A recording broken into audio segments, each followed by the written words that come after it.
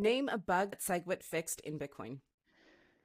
Transaction malleability. So what they did, I think they took something called witness data outside of the block to create more space, and there was a bug in that bug had the potential for malicious actors to manipulate transaction data. So by removing that, they took that ability away, but it also created space so they could put in more transactions, and blocks could be without raising the blocks raising the block size. Oh man, this is tough.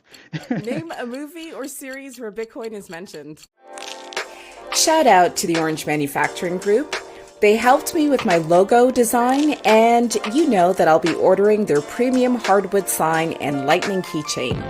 Accessories are curated from a selection of durable traditional materials built to last.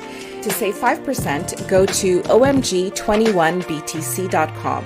That's omg21btc.com and use code AAB21Q. Hi everyone, welcome to Ask a Bitcoiner 21 Questions. I'm your host, Saida Gomez, and I'm joined by Ed. Can I tell you, I wanted to say Ed Giron. The way your last name is spelled, it sounds French to me.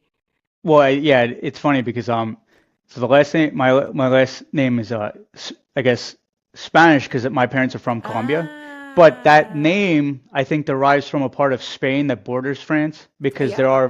there are French people who have noticed my name and they do say it the way you say it. Yeah. So it is. Yeah, I definitely heard that before. Wouldn't be. And there's actually a city in France called Giron or Giron. Yes, most definitely. I think it's in the south. I want to say close to Toulouse. I may be wrong, but I think so. Yeah. Yeah. Yeah, so yeah, I guess maybe part French, Hispanic name. I don't know. Yeah, we're all connected. We're so all Yeah, connected on this planet. absolutely. So we did a really good interview about Bitcoin, businesses on a Bitcoin standard, and navigating the law. You got into a few details that are totally new to me, and I have to say that I look forward to doing a follow-up interview with you in the future. Yeah, absolutely. So now we are going to do 21 questions. Oh, So previously, the goal was to get through 21 questions in 10 minutes.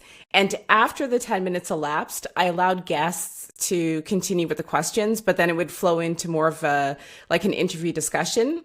But because we've already done that, it is, can you answer these 21 questions asked randomly in 10 minutes?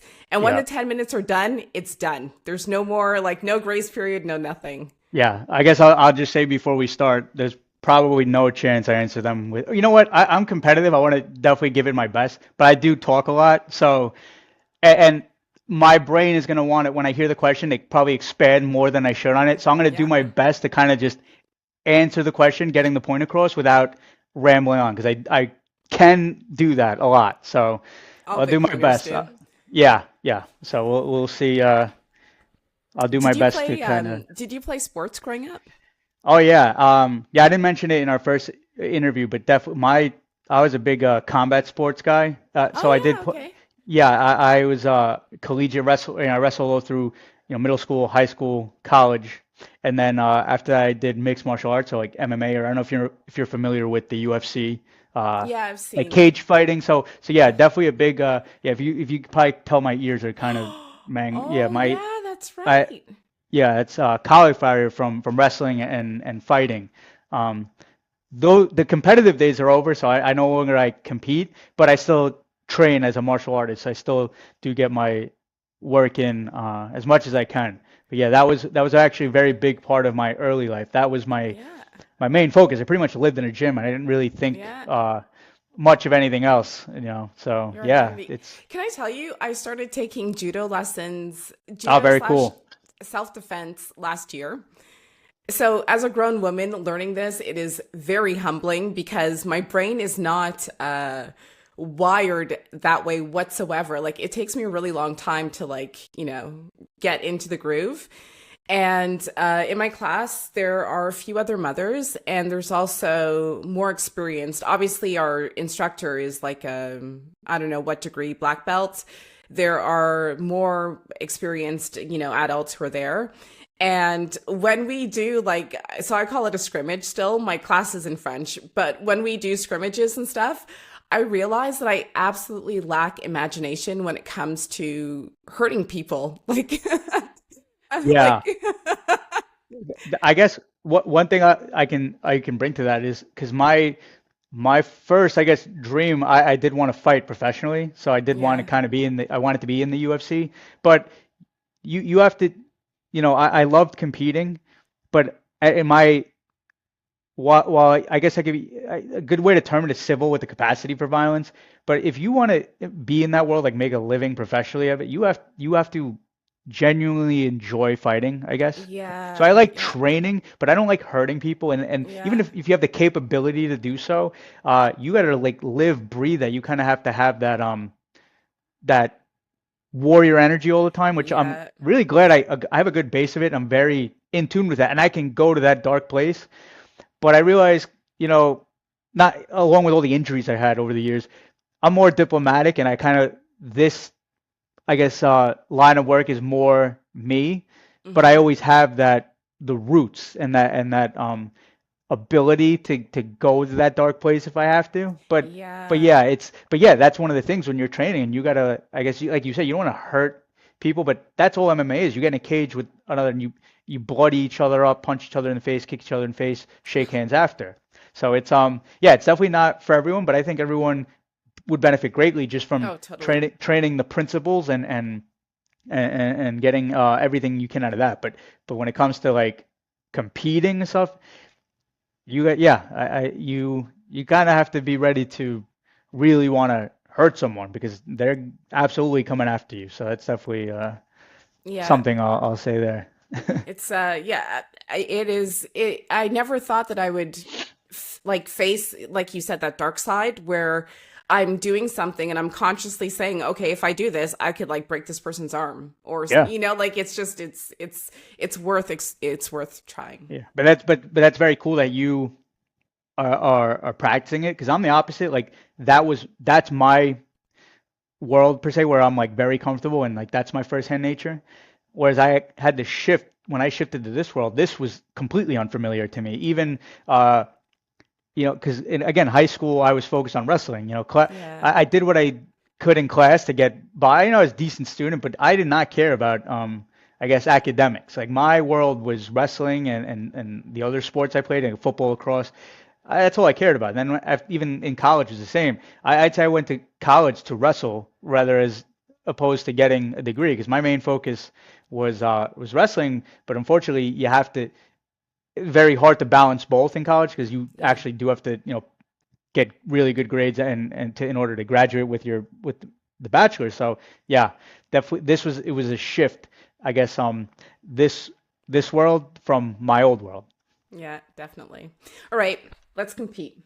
Yep. So I've got the timer set to 10 minutes, as you can see. I Okay. will read the first question, then I'll start the timer. Are All you right. ready? I am ready. Ed Giron, are you ready? Oui. Oui. Alors. Oui. Oh, what a way to start. First question. Can you say Bitcoin fixes this in another language? Yes, I can say it in Bitcoin soluciona esto, and then I'll give you one in Italian. Bitcoin risolve questo. Eh. Next question. Where should new people go to start learning about Bitcoin? I'm a big fan of Andreas Antonopoulos' early works. His old podcast and books were integral to my journey, so that's how I got in. That's who I'd recommend to start. What's the difference between a hard fork and a soft fork? Soft fork is a backwards compatible change to the protocol, whereas all nodes who they don't have to upgrade to any new changes or implementations to the software. Whereas a hard fork is non-backwards compatible. So if any nodes don't upgrade their software, they cannot validate the current blocks that continue on the chain. So yeah, soft fork, hard fork, changes in the protocol. One is kind of have to do. One is a absolutely necessary must do, to put it simply. What's a Bitcoin node? Bitcoin node, physically speaking, it's a small computer that it runs the entire Bitcoin Core software, holds an entire copy of the Bitcoin ledger and all the transactions, and most importantly enforces consensus rules among the entire network. So Why is it so difficult to change the rules in Bitcoin? it's very difficult to change the rules in Bitcoin because it has to go through an insane review and rigorous process of all the different participants. So you have to, let's say, developers want to implement a change to protocol through a BIP or a Bitcoin improvement proposal. They have to put it out there. It's going to get reviewed, debated, insanely fought over back and forth for however long it takes to start gaining some traction. Eventually, you'll see if it's popular enough, you'll see I guess people start signaling support, and the miners eventually comes down to the miners signaling support for any changes, where it has to reach, I think, something like 90% or so. And then eventually those changes would have to get encoded into software. And then the nodes would have to either decide if they want to run that new version or not. Ultimately, it's very hard to do because if the majority of the nodes decide they don't like the change for whatever reason, they will continue mining the old validation or consensus rules. And the chain will end up splitting. So Who controls the Bitcoin network? I like to say no one and everyone, because no one person, no one entity, no one organization controls Bitcoin, but all the participants, whether you're an investor, a user, a media personality, miner, core developer, layer 2 developer, all these people have a say in any changes that may be brought up. And if all people don't agree and you don't get a majority consensus on any changes, you are not changing Bitcoin. So if you understand this is globally distributed all over the world, you're not going to make changes very easy. So no one controls it, but everyone controls it. What's the first country to officially hold Bitcoin as legal tender? That would be El Salvador. In your opinion, who's the biggest closeted Bitcoiner?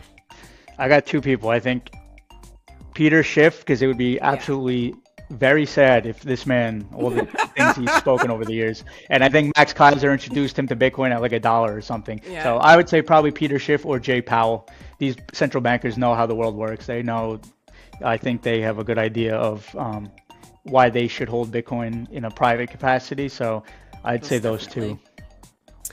What's the name of the mechanism that ensures blocks get mined every 10 minutes, even if there's an increase or decrease in hashing power?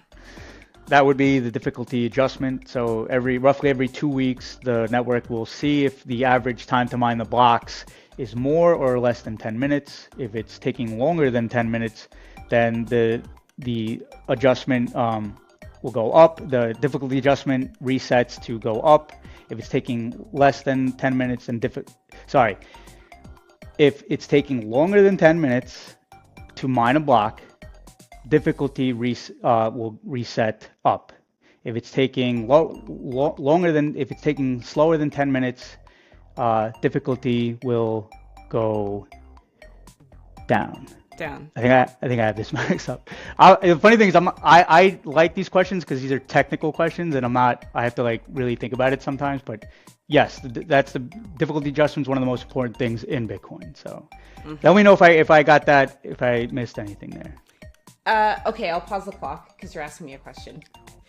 So if blocks are coming in slower than 10 minutes, so let's say it's taking on average 12 minutes for the blocks to come in, then the difficulty will get easier. So there will be a negative adjustment. Yeah, because I read in Andreas's book originally, the Mastering Bitcoin. Yeah. So believe it or not, when they actually measured against 20,160 minutes, which would average out 10-minute blocks. Yeah. So if there's a ton of hashing power and the blocks are getting mined super fast, then the difficulty goes up. But if I guess there's power constraints and blocks are coming in slower than 10 minutes, then it makes it easier for them to go. Down. But when you're on the run, even though if I know this in my head and you're under the pressure, it's like, okay, sorry. We can go on. Yep. Yeah. It's one of those things that you always get tripped up, and it's true. You have to like slow yourself down to like say, okay, yeah, Yeah. they're It's coming like in the really overly, easily, so it gets yeah. yeah. And that's the funny, that's why I like, this is a challenge for me because I can understand macro, the finance stuff is easy to explain, but when you have to sit down and explain like the computer science parts of it, you get tripped, Yeah, even if you know it in your head, but then when it comes to explaining it, it's so you yeah, gotta I slow like it down. I like the questions. Very, very good to keep me On your on toes. my, Okay, yes. clock is starting again, Let's go. and go. Where would you prefer to live? London, Paris, Tokyo, Milan, New York, or Miami? New York, born and raised New York, New Yorker for life. How many Bitcoins, plural, has MicroStrategy acquired to date? Yeah, I checked last week and it was a certain amount, and then Michael Saylor goes and does it again and buys more. So I think we're at 447,470 Bitcoin to If date. Bitcoin didn't exist, would you be a gold bug? I used to think I would be, but I gotta say no. The physical limitations of gold to really store any potential real wealth, I'd be probably a I'd be a fiat junkie. I'd go and trade away and see what happens. I would not be a gold bug. Which author slash educator had the greatest impact on you in your Bitcoin journey? So I mentioned Andreas before, but definitely Michael Saylor for sure. Michael Saylor has a way of brilliantly explaining Bitcoin and using all these really cool analogies to explain it. So absolutely Michael Saylor after Andreas. What are the different types of nodes? You have a full node. You have a full node which holds an entire copy of the Bitcoin blockchain, and you could have a lightweight node which stores a smaller percentage of the blockchain. I guess for handheld devices like a phone or something, I think it's also called a specialized payments SPV node. Specialized SPV, payments. yeah. SPV, specialized payment verifications for I guess used for Lightning and other capabilities. And you have prune nodes, which I think discard data, so they have the whole blockchain, but they go along discarding data to make more space. I think that's a prune node. Those are all. I know there's more, like the real in-depth parts of Bitcoin. There's a lot more than we know, but yes, I'll keep it with That's those. a good answer. What's a fork? You think of a fork as how changes get made to the protocol. So typically, a fork is anytime there's consensus change.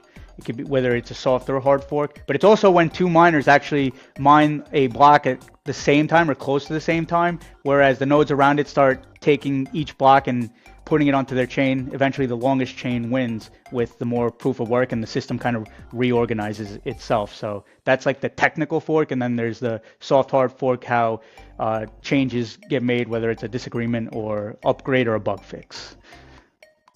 Who validates Bitcoin transactions? Nodes, and miners are nodes, but nodes. Nodes validate transactions. Miners take the transactions from the mempool, block them together. Then the nodes validate to make sure the block is valid. Name a bug that SegWit fixed in Bitcoin.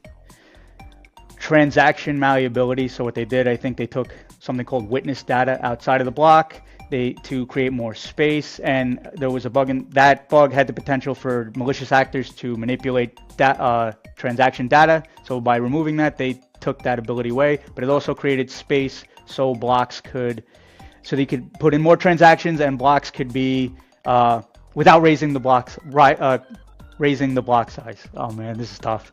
Name a movie or series where Bitcoin is mentioned. Billions. Billions.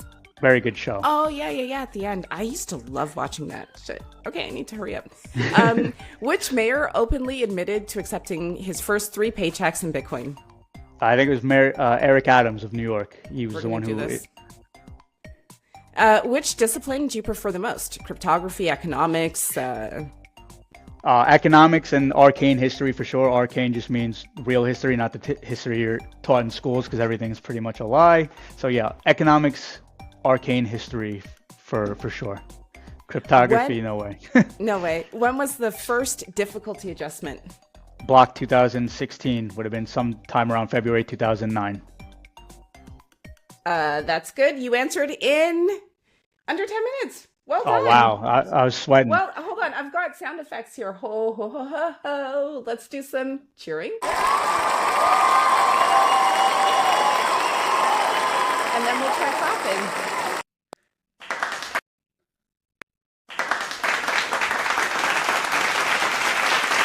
Chapeau is here. Well done. The funny thing is, I watch a lot of your other podcasts, and I think you had said there's only one person able to do it. Because I want to do is I want to make sure to answer the question, but also give enough background to kind of let people know. Because Yeah. you could give one word answers, but if I want people to kind of like have an idea. But yeah, that's the part. That's the thing with the technical questions is that I need to like it's challenging for me, but make sure I can kind of explain it simply. But yeah, those are really, really good questions. That's it's I always let's because it's not easy to find the right question because for me technical questions are faster to answer whereas more personal or your take questions are challenging because yeah, there's so many more things that you can add to it. So Yeah, yeah, yeah, I'm like glad you like them. yeah, because like in a consultant capacity, if a client asks technical questions, like you can definitely do your best to explain them, but a lot of times, like even those types of questions, like if like a client's not going to need to understand like transaction malleability bugs from from SegWit or even I think the basics, like a really, really simplified basics. Hmm. But when you start getting into like, super technical stuff, they're like most people, they're gonna think it's too hard for them and kind of like be put off. Yeah, So yeah. yeah, but I like the technical questions because a lot of times, especially for me, I live in like kind of like Bitcoin macro space. And when I first started, I did read, the Andreas book and all like the technical stuff. So like the foundation works in your head, but when it comes time to like, especially on a clock, like spitting it out, you like it's like different. It's a good challenge to Yeah. like really keep you sharp because a lot of times it's like you listen to this stuff for so many years and it may like you may hear Bitcoin podcasts talking about it and it's like, oh, it makes sense in your head. But then gun to head, clock timer or like a client in front of you asking, you're like, oh wait, it makes sense in my head, but now I gotta like relay this in a way that Articulate it. Yeah. articulate it I don't know if you've come across that where like you understand the technicals in your head well, but then if like you're explaining it to like a family member or something, you like get tripped up. So it's a good challenge to do this. So it's definitely yeah, I enjoyed it. And you're smiling, which makes me smile even more. Yeah, it was This it was a was lot of fun. fun.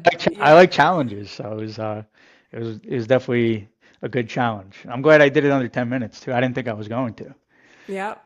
Well, I'm gonna post it. I won't edit anything. Even our like MMA slash judo conversation, Yeah, no, I'll you can include it. you leave everything in there. We'll see the comments if there are any comments on this. The audience Yeah. will give their takes on everything. Before we close out, can you remind people you're on the Sovereign website? They can find you on LinkedIn. Do you want Yep. to, end off with any closing words of Yeah, I mean, encouragement? I will give my Twitter, I guess, on this one. I'm not technically anonymous, but I that's like less a professional capacity, more of a Bitcoin and kind of personal opinion. So I guess I'll kind of leave that. Do you want to take a Leave, breath before revealing your Twitter, or yeah, are you sure yeah, you want to yeah, do it? yeah. I'll just say it's not for the faint of heart. I mean, no, I don't post anything crazy. I research a lot of things and I speak. I never say things that I haven't very well researched. So I say a lot of things on there different in a lot of different areas, whether it's like quantum physics or Oh, wow. government stuff. Yeah, I talk about a lot of spiritual things. So yeah, I kind of that's like my personal outlet. So like obviously people have their X accounts, which is like more Bitcoin only and Bitcoin related things. But mine's a free for all. So just putting that out there. But my ad is long under. Actually, let me check it because I don't even know my my Bitcoin handle. Yeah, it's so it's actually lunatic fringe BTC. So that's the word lunatic underscore fringe BTC. And then my ad is long_vol BTC. Long vol, it's like an option strategy. That's when I first came into this. I was really big on the way Greg Foss talked about it. He always talked about how Bitcoin's long volatility, and I had gone down, the central banking rabbit hole and how the world is pretty much long, credit or central bank intervention, and the whole world is short volatility, where Bitcoin comes along and destroys everyone's model. It's like it's long volatility in that sense. So those are my handles. And listen, you may find some crazy things on there, but it's nothing that's not at least well researched. So yeah, we'll leave it out there. All right. Well, thank you so much for your time today. And we'll see you soon, I guess. Yeah, I appreciate you having me on, Saida. Yeah. And yeah, it was really fun, and definitely looking forward to future conversations. Or I know you're maybe meeting at a conference at some point, whatever it is, but definitely enjoyed this conversation. So super, super cool. Keys.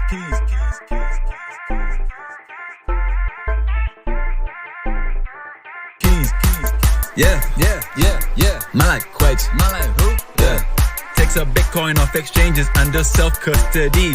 She runs her own node, providing liquidity. Yeah, she got her own keys. She got her own keys. She got her own keys. Yeah, she got her own keys.